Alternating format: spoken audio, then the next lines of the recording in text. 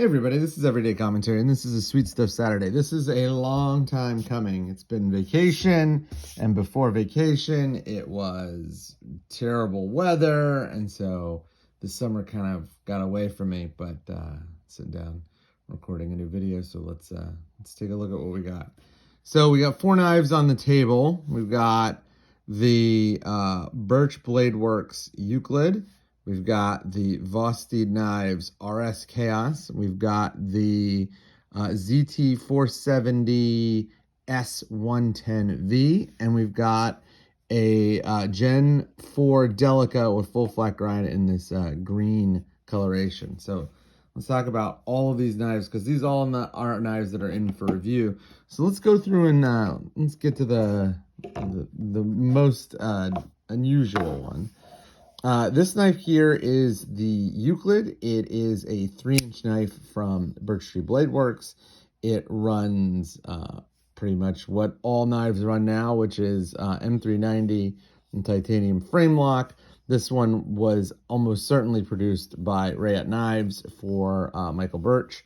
It is a big, thick, chunky knife. If you want to compare it to, say, something like the knife that I have in my pocket. Oh wait, one more knife on the table. This is the K390 Stretch, which we'll talk about as well. Stretch 2. Like, these are both 3-inch knives. This knife is the Ferrum Forge Gen 2. It is super duper small compared to the Burch Blade. I mean, it's just smaller in almost every way, even though the blade shape is smaller. Really, really thick titanium handles. This squared off sculpted pocket clip, which I'm not a huge fan of. It's got the lanyard pin here, which is nice. The blade shape is really, really cool. It is a sort of Warncliffe blade shape.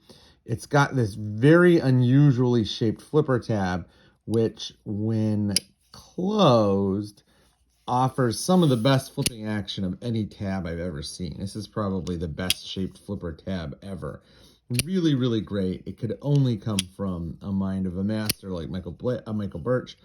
But the knife itself is really heavy. I think this knife comes in at just under 5 ounces. It's a big, thick, chunky guy.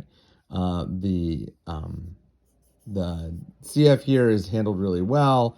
Everything is done nicely because it's Rayette, but like with a lot of Rayette knives, it's just a chunk.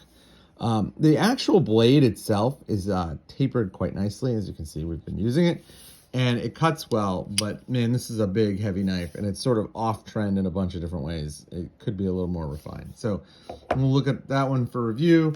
The other knife that I wanted to point out is this is the RSKAOS, RSKAOS from Vosty Cutlery. This is the first knife that I've ever had that had this sort of duplex grind. It's thin ground up here, and then flat, and then more pronounced ground up here. I'm not exactly sure why they do that. It has a full finger choil. This is also M390. It has a very innovative and unusual locking mechanism. So it is a button-activated liner lock.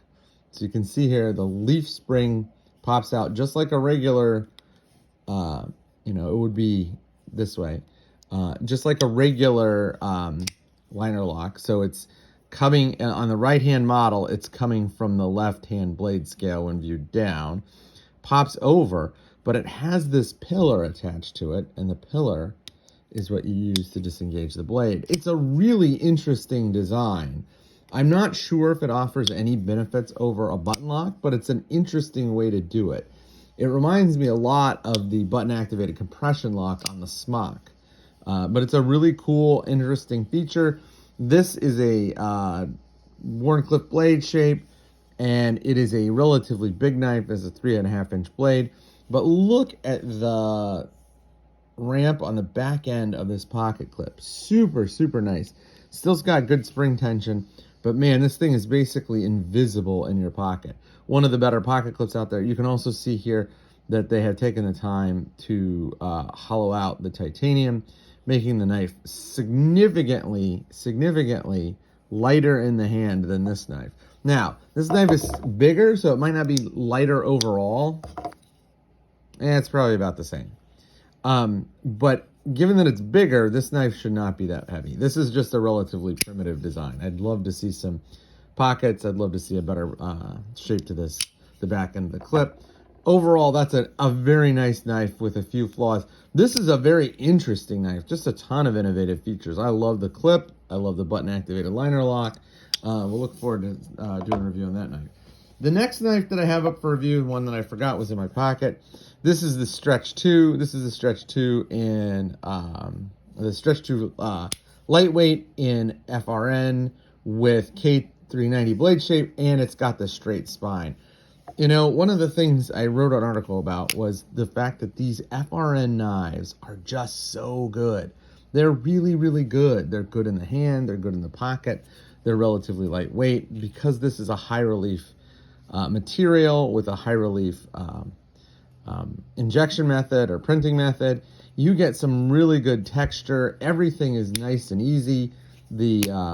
The resistance on the lock back is pretty low, so even though there's, you know, friction throughout the entire blade arc, or the opening arc of the blade, it just works well.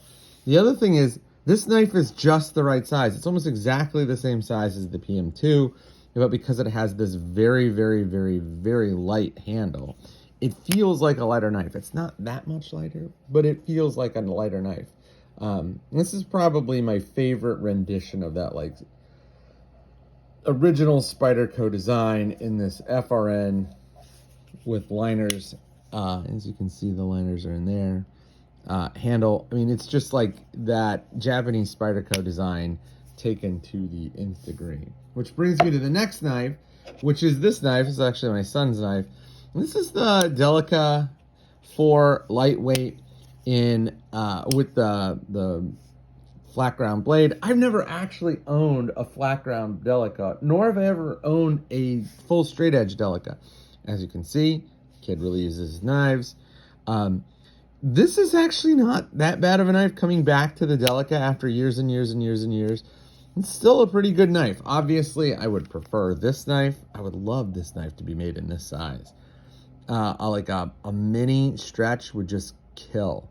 But, you know, look at all the little upgrades from the Delica design to the Stretch design. So you have a more ergonomic handle. You have the finger choil. It's a half and half finger choil. There's no exposed rear tang. I mean, this is basically this knife made bigger and better. Stretch 2 is a great knife, just a great, great knife. But the Delica itself is really good. Look how thin the blade stock is. I mean, you got to compare it to something like the Chonky Beast on the table. And it's like, wow, that blade stock is so, so thin, really thin. And that's one of the reasons why this knife is still around. It's thin blade stock, ground thin. It's been doing all kinds of good stuff for a long, long time. So interesting to have this back in the fold. And then the final knife for this real quick run through on a Sweet Stuff Saturday is this knife. I loved the original 470. It was my favorite ZT ever. And I loved the special edition. Unfortunately, I missed it. I was just like, it's not worth it. But then I got a chance to buy it, and it was new old stock. As you can see, the copper is already developing quite the patina. Really great knife. Just a superb cutter. Looks good. It's got all kinds of nice features. Of course, it's, you know, basically perfectly made. This is the best ZT there is, and this is the coolest version of the best ZT there is. So, really glad I got a chance to put my hands on this knife. As soon as I put my hands on it, I was like, oh, I'm going to buy that. It's so good.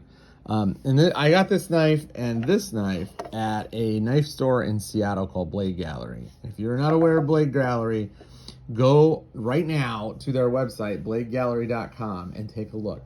They have a metric ton of custom knives. And they actually have a showroom in Seattle. So if you're in the Seattle area, it is definitely worth the drive to go there. I will mention that the drive is not easy. It's right next to the Port of Seattle, and there's like all kinds of access roads and stuff. And it's under the highway. But man, is it a gorgeous, gorgeous facility. Everything is nicely lit. They've got knowledgeable staff, and they have a metric ton of knives. They have a ton of high-end custom knives. They have a ton of high-end custom kitchen cutlery. They have a bunch of really nice production stuff. And, you know, this was just one of those knives that was sitting around. I was like, I like that one. That one's pretty good. I'll take it. So go take a look at Blade Gallery and thank the guys over there for having a real store. Nothing like a brick and mortar store. So that's the Sweet Stuff Saturday for today. Thanks for tuning in. See you later.